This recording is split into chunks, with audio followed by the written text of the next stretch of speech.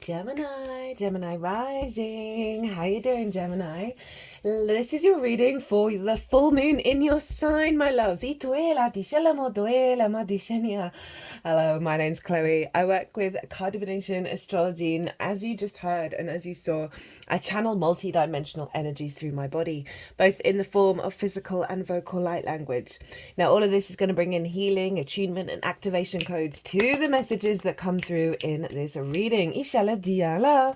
It's your full moon in your sign. Hello, it's a beautiful moon. I've just finished doing the collective reading for it, where I go into way more detail of the astrology. So if you want a deeper dive into that moon, pause this video, go watch that and come back here because it's very powerful. I'm going to keep it simple in this video. I'm going to be talking about the houses and the ruler of this moon, which is Mercury. So I'm going to be pulling some tarot cards. I'm going to pull 2 cards on what's being activated. So even though it's a full moon, it represents an element of completion. This is where we get a big download that we then work with over the next 6 months and integrate based on all the work that we've done from the Gemini new moon to this full moon. So I'm going to pull a couple of cards on what download is coming through, as well as a couple of cards on how to work with it.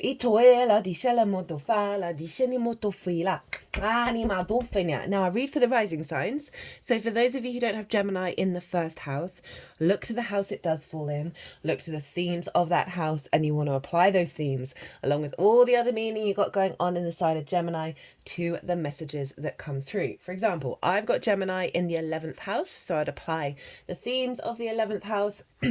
I've also got Chiron there and the asteroid Pallas Athena, so I'd apply that as well. So if you've got your sun, your moon, you want to apply all of that. So Gemini rising. This full moon is happening in your first house. Your embodiment of self. Right? Through your sun or your moon, all depends if you've got a day or a night chart, which luminary is providing wisdom to your ascendant about where to go. The ascendant is the navigator, right? It's the lens in which you move through these cosmic waters in this incarnation. It's your body, it's your character, it's your sense of self, and it's often how other people see you. So you've got a big full moon, a completion of self showing up here, right? A real embodiment, a highlighting of what's the next stage of where you're headed.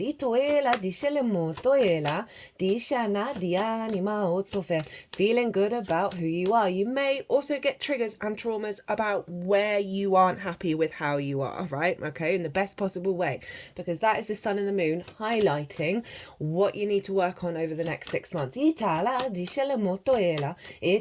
it's all about you. Being in your intuitive flow. Get in.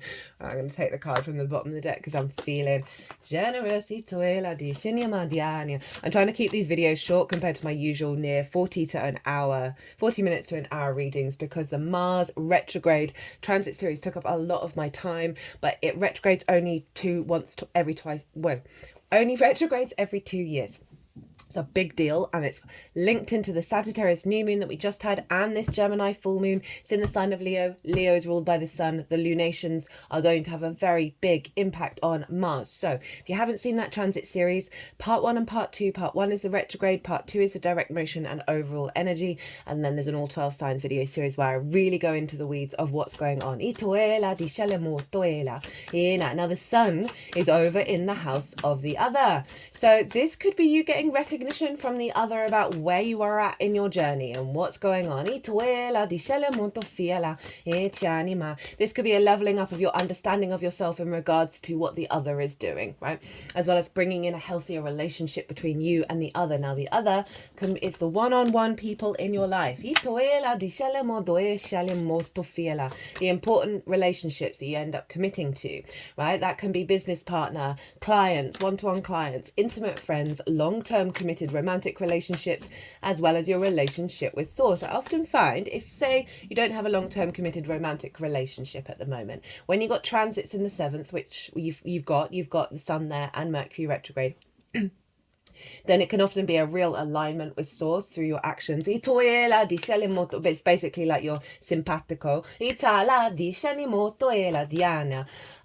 Mercury's still retrograde, which I will get to, but it is about getting lots of really deep downloads. Itoela, that are about how you understand yourself, right? The seventh house, you know, is definitely a mirror to who we are. Do we give too much to the other, or are we hyper independent? Where are we out of balance with the other? This full moon is helping elevate your energy in order to really bring in healthier, more committed relationships in your life. Okay, we're getting all those cards. Oh yeah, I'm gonna pull. Right, so Mercury is still retrograde at the exact moment of this full moon. It's 12 hours later that it's going to go direct. I'm just going to pull a couple of cards on that direct motion. Ituela, disheni motoela, dishenima doe, shele moto fiela, etianima. And I'm also going to pull 2 oracle cards and right at the end of the reading, and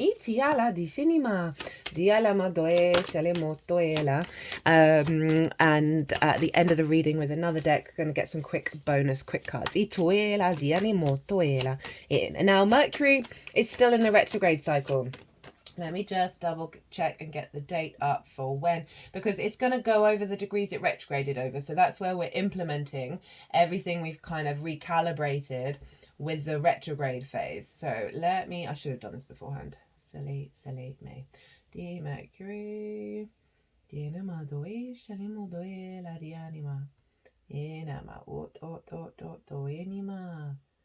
just going to pause because my phone's mucking around.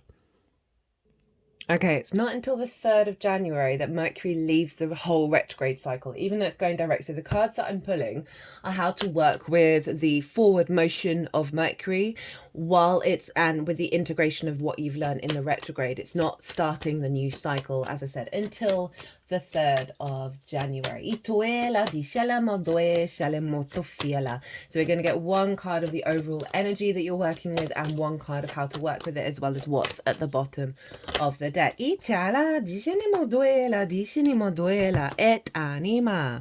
Okay, so we've got the blend between the self and the other. Now, who rules Mercury? Well, Gemini, it's your ruler. One of your rulers is Mercury. And Mercury, as I said, is retrograde over in the sign of Sagittarius. So we're doubling down on the balance between the self and the other and getting that into union.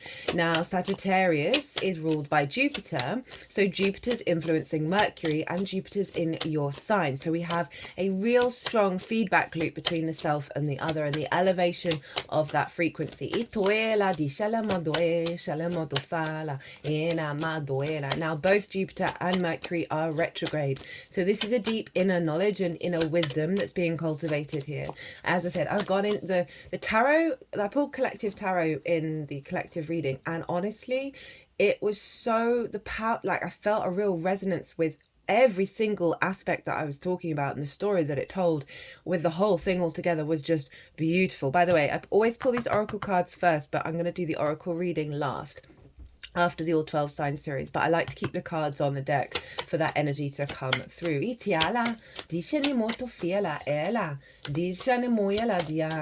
So that, you know, that inner wisdom that you're cultivating, usually through challenges and questioning of faith. There's no getting around it. With retrogrades, it can bring up challenges in order for us to go deeper underground within ourselves.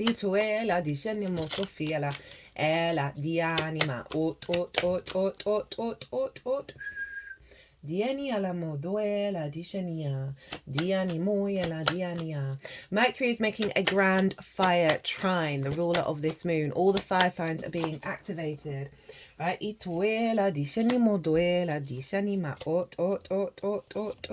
Okay, we've got 2 cards from the Rainbow Brainskull, 1 for the Mercury direct motion and 1 for the Gemini moon. And that's in your 3rd house of your day-to-day, how you communicate. Your 11th house of hopes and dreams, friends, groups and alliances, as well as your 7th house of the other. So they're all being, didn't see that one come out. They're all bubbling to the surface to realign our instincts. Now, as I said, the Mars retrograde is very much linked into this. So if you've got the time or the inclination, I would recommend going to check that out. It's happening in the sign of Leo. Right, okay, so let's get on. This is your bonus card. With the intention, the download, the activation of this full moon that you're going to be working with over the next 6 months. We have the 6 of Wands and the 9 of Cups. So this is probably how you might be feeling around the full moon, feeling really good about the journey that you've been on, right? These are both sort of victorious self energies, right? We've got the 6 of Wands, and this figure went out and did a thing, right? They were instinctively driven to do it. And now they feel good about it. They feel victorious. There's a sense of recognition, both internal and external. We've also got the 9 of Cups. This is very much being in your emotional gratitude of existing, right? That confidence of life. So you may be feeling about this around the full moon. You may be, as I said, being with someone or with source and just feeling like, okay, I'm here, I'm present, I've got this. By the way, the sun and the moon are squaring Neptune up in your 10th house of career and life purpose, visibility and reputation, and it's forming a T-square, and the release point of it is Neptune. So there's a real focal point on of elevating your life path and your career and your visibility and your reputation. This could be more clients, this could be like a business partner or manager going, hey, I really appreciate what you're doing, thank you so much. So there's the recognition coming in and you're feeling good about it. But as a download, this is really good because you're going to go on a journey that might involve challenges, but you're going to feel really good at the end of it, and you're going to feel very confident in your own skin. There's a real sense of upgrade of self, of this alignment of your instincts. And your bonus card, 10 of Cups, and I swear you got this for the Mars retrograde series. So this is when you're going to see this inner confidence within yourself externalized out in the world, right? This flow, right? Things going well. You're going to see them start to manifest. For some of you, this might be about the happily ever after, right? Which is the traditional depiction here. Remember, it's just a representation of things going well outside of you that aren't just solely about you, right? So there's this, you're definitely seeing the outside world reflecting that 9 of Cups. Big boss energy, Gemini. I'm not surprised. So how to work with this energy? We have the Knight of Pentacles, the King of Cups, and the Sun. So the Knight of Pentacles is saying you need to put whatever this vibe, right? You've got to put it into practice in every day. There's a level of stepping up to yourself, of being dedicated to your own existence, and there's a maturity to the Knight of Pentacles. He's got oak leaves in its helmet and in the horse's bridle, and this represents strength and wisdom. So it really is about this dedication, and also it's letting you know, take your time. Take your time. Don't worry. Don't try and rush things. It's not about that. It's about the slow integration and implementation of whatever it is that you're doing, whether it's your relationship with somebody else, your relationship with yourself, your understanding of yourself, and your direction towards your career. Ground yourself, right? Be very stable within yourself. You know, Gemini, it's always good to do breath work, right? Air signs, especially Gemini, if you're feeling very frenetic, bare feet on the ground. I know it's, well, at least in the northern hemisphere, it's quite cold here. But bare feet on the ground, do a little breath work session. It doesn't have to be very long. You just need to center yourself, get yourself grounded, right? And then you're capable of doing many things. But there's that element of needing just... And it's just saying, do the damn thing, do it every day. Whatever habits you've been putting in to get to this space, if you're like, oh yeah, no, I really do feel like this, think about why you do and keep doing it. We then have the King of Cups. So this is calling you to be really mature in your emotional body, right? If you're feeling like you're being pulled in lots of different directions, if you're feeling like you're in the storm, try and embody the King of Cups. The King of Cups understands that all emotions have a power to create with, and that we are multifaceted beings capable of experiencing all of those emotions and not necessarily letting them take us over and knock us into this ocean, right? So there's something around the peace and serenity within while all these other emotions are going on, right? So it's really saying it's upgrading a level in your emotional body. Perhaps there may be some reactive nature's expressions with the other, with yourself, where that Knight of Pentacles is saying just ground yourself, take a deep breath, and then see what your emotions are telling you, right? This is also getting you to be really creative. All your workhouses are linked into water. So there's something around tapping into that deep intuition you have within you and creating. But it is saying ground yourself, stabilize your emotional body, and that's really going to help you be able to keep showing up for yourself. Now the we got the sun, didn't we? This is often linked into the inner child, right? We've got the inner child free and happy and all lovely. This is one of the biggest yes cards. So this is like, hey, focus on the positive in the life, right? Focus on the little things. If you don't perhaps have anything big in your life right now where you can genuinely feel really damn happy, right? It's like, oh, well done me, I went and brushed my teeth. It's really when you celebrate absolutely everything, that resonance of gratitude and abundance and joy then starts rippling out. It's like, this is the daily practice you want to put in. There's also a sense of maybe look to where your sun is as well, but this is saying, look, find the light, find the joy within yourself, really cultivate that energy. Know you've got the sun behind you, know you've got this divine light codes coming in, right? Itoela with that Jupiter retrograde that is really helping you elevate how you walk through the world. And we all want to be this, right? We all want to be the sun. We want to be moving through the world with this sense of liberation, this sense of freedom. And that came up quite a lot in the collective reading. Itoela di moduela. Overall, just really high vibe reading. Not surprised, Gemini. This is a good moon. There's also, again, remember the square to Neptune around life purpose, right? That's where the 10th house, where the sun was at the peak of its arc on the day that you were born. Very sun energy. So it is really saying, try and find the light in your life. The light in your being. We can be very hypercritical of the outside world and the inside world, right? These cards are saying none of that. Get out of your head. You've got no swords showing up. Right, this is from the Four Agreements Oracle, given to me by a Gemini rising. It's a very mercurial deck. The book that it's based on was written by a Virgo sun, also ruled by Mercury. Don't make assumptions. Be aware of unconscious assumptions. Assumptions are made so fast and unconsciously most of the time because we have agreements to communicate this way. We've agreed that it's not safe to ask questions. We've agreed that if people love us, they should know what we want or how we feel. This is so key, right? As a Virgo, I've got a Virgo sun. As a Virgo sun, the amount of assumptions that I used to make, because the hyper observant energy, right? Virgo is very good at figuring out what's going on, but it really limits you. It really makes you fall into old patterns and old boxes. I'm just thinking of the experience of this is so important. Ask questions, right? If you haven't got the information directly, and you're making an assumption and reading between the lines, and if it's about other people, right, the sun over in the 7th house, best not to do it. Best not to do it. I've been shown so much by the universe to stop doing that, and it's making me really work through a lifetime of that habit. And it's setting me free. It's setting my mind free. It's setting how I move through the world free.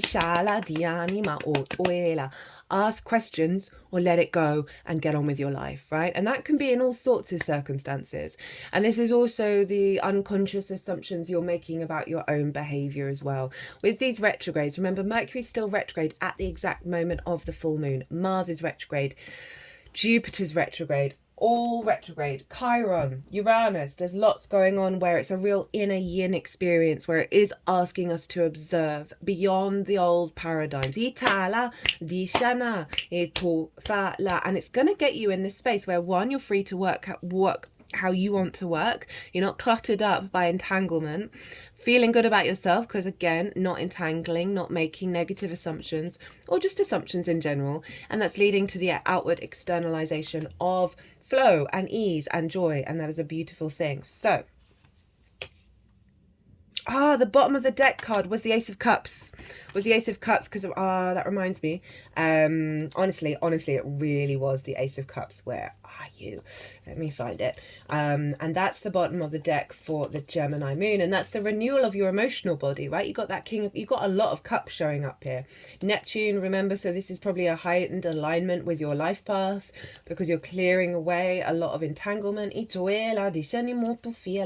And that Ace of Cups is like what operating with your emotional body from a place of peace and a place of abundance. It showed up quite a lot in the Mars retrograde series, right? Of our capacity to give from our saucer, not from our cup. Because if we give from our cup, we give from a place of lack. So it's not actually serving anybody to burn yourself out, right? And also just this overflow of love rather than being in the mind, right? That can be both for yourself and externally with the other.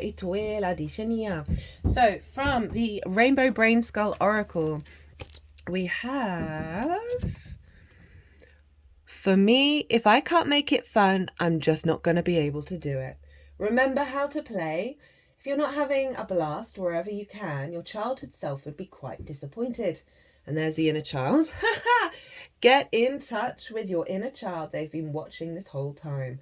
Do something that would make them smile real big. And I think that's helping really ground you into your 3D existence, because the wounds of the inner child is very much what leads us into judgment, criticism, over distraction, addiction, poor impulse control, making assumptions about situations because of previous examples. And that's usually because they're trauma based and they're so like loud in our head, rather than just letting it go and being at peace with what's going on right now. Right,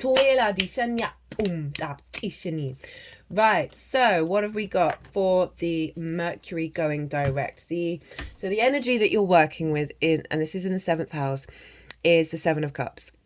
And so this is taking you up to the 3rd of January. And this is, for me, my channeling card, right? So for some of you, this is about activations from source into the way that you move through the world that's linked into channeling. We're all channelers, by the way. We're all intuitives. We're all healers. We just do it, every single one of us, in our own unique ways. But it's saying, hey, maybe break out of those old patterns and fantasize and dream beyond what you're used to, beyond what you're imagining. And it's going to allow more space for play to come in, and curiosity and expansion, because you're not confining yourself to the same repeating cycles. So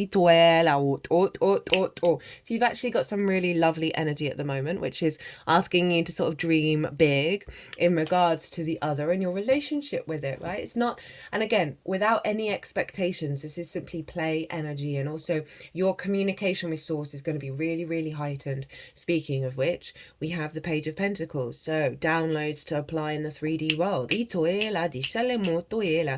The 22 minutes and 22 seconds as I say that. Healthier conversations with the other, right? New ways of communicating with the other that are beyond the limiting beliefs and into a more expansive space. It's maybe more opportunities coming up, right? Particularly clients in regards to that Neptune energy of career, but overall genuinely practical, healthy ways of communicating, opportunities to do so. There may be some vulnerable moments. Right, the self and the other can often be in competition. The 7th house is often open enemies, and so there is this sense of our defense mechanisms up, of allowing us to be vulnerable. But this is what you've got at the bottom of the deck for the Mercury retrograde, but the direct motion. We've got the 2 of Cups. So this cycle to the 3rd of January, right, of opening your mind, opening your emotional body, opening, like, pages are very useful, they're not jaded, of really opening up, like listening, in the way that you listen, in the way that you communicate, and allowing new pathways to come through, because we've got the Two of Cups. Now that's beautiful. Now this is the integration of the feminine, masculine, and spirit within you, as well as your capacity to meet others and others to meet you from a place of equality, respect, dignity, and just really open to receive, right? They are eye to eye.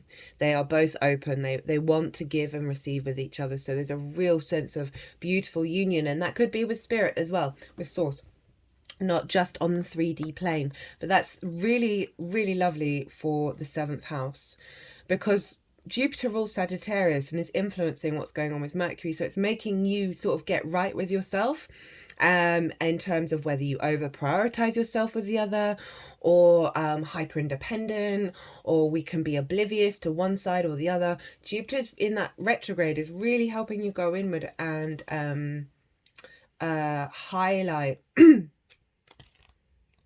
the work. You're doing a lot of deep inner work, right, with this cycle.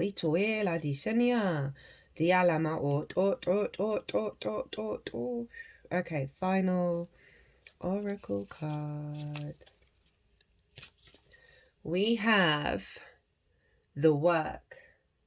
Let me get that in focus. Is whatever uncomfortable thing that's in front of you right now at this moment. Yeah, that's being vulnerable and having healthy conversations, or being vulnerable and observing the self and how we show up. Like, I'm constantly doing it in every single moment. It's kind of exhausting, but my mind goes fast all the time. The cave you fear to enter holds the treasure you seek. Joseph Campbell. A simple but difficult message. It's the time to confront the uncomfortable and engage in whatever you're working so hard to avoid. Remember, even though you may know what you need to do, you can't know all the rewards waiting on the other side. Itala. Yeah, so because of this energy, right, that's opening you up, it's going to bring out the shadow side of that. It's going to bring out the things that need to be released and worked through in order to get to this, right? So it's pretty hardcore. Right, I'm going to get a couple of really quick cards. Going to get 3 from this deck. This is the first, like, tarot. And there we go. Whoa, okay. Dia la Maduela. We have nature perspective, right? So really strengthening the perspective that's going on. Not surprising with Jupiter and Mercury. That's the deeper wisdom, the higher picture, and then the details and our perspectives with Mercury. Speaking of Mercury, magician, performer. Can we get this into focus? Performer, creativity, illusion, power. The Wheel of Fortune. Oh, that's Jupiter. So you've got Mercury and Jupiter's card. Oh, that's so on point. Spinning, fate, change, fortune. So you're getting back to your true nature, which is establishing the strength of your own character and allowing fate to change in alignment with that. But do the work, right? So we've got one side of it, which is saying, well, this was saying do the work as well, let's be real, but with focused on the joy in the life. And this is also this, but it's probably going to highlight where there hasn't been, and you might find some sort of maybe some sticky energy within you, as well as in certain relationship habits that you may have, Ito, and that others have had with you, because usually it's because it's simply a reflection of how you feel about yourself. Ito la di shenia. We have at the bottom of the deck healing, Ito la di shenima, and service to others. So if there's either been an imbalance of giving too much or taking too much, we've definitely got a sense of reciprocity coming in with this Two of Cups. Right, my lovely Geminis, I'm going to leave it there. I'm trying to keep these super quick. I hope you enjoyed this reading. I hope it resonated. Go check out the collective. Come back for the oracle reading. If you want a personal reading, my details are everywhere. You can book through my website, or if you want to pay by PayPal, email me directly. Other than that, Gemini, enjoy your full moon. Be good to yourselves. Be good to those around you. Safe travels and be well until we meet again.